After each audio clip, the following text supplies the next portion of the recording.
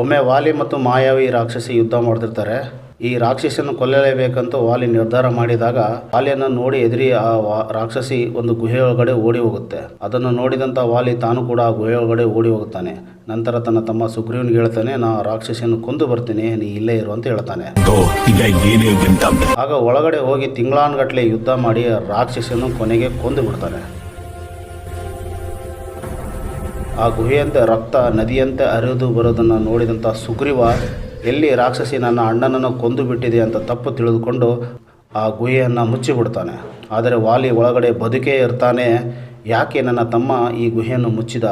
ಒಂದು ವೇಳೆ ಅಧಿಕಾರಕ್ಕಾಗಿ ನನ್ನನ್ನು ಕೊಲ್ಲುವ ಸಂಚು ಮಾಡಿದ್ದಾನ ಅಂತ ಅನುಮಾನಗೊಂಡು ಅವತ್ತಿನಿಂದ ಈ ವಾಲಿ ಸುಗ್ರೀವನಿಗೆ ಒಂದು ವೈಷಮ್ಯ ಬೆಳೆಯುತ್ತೆ.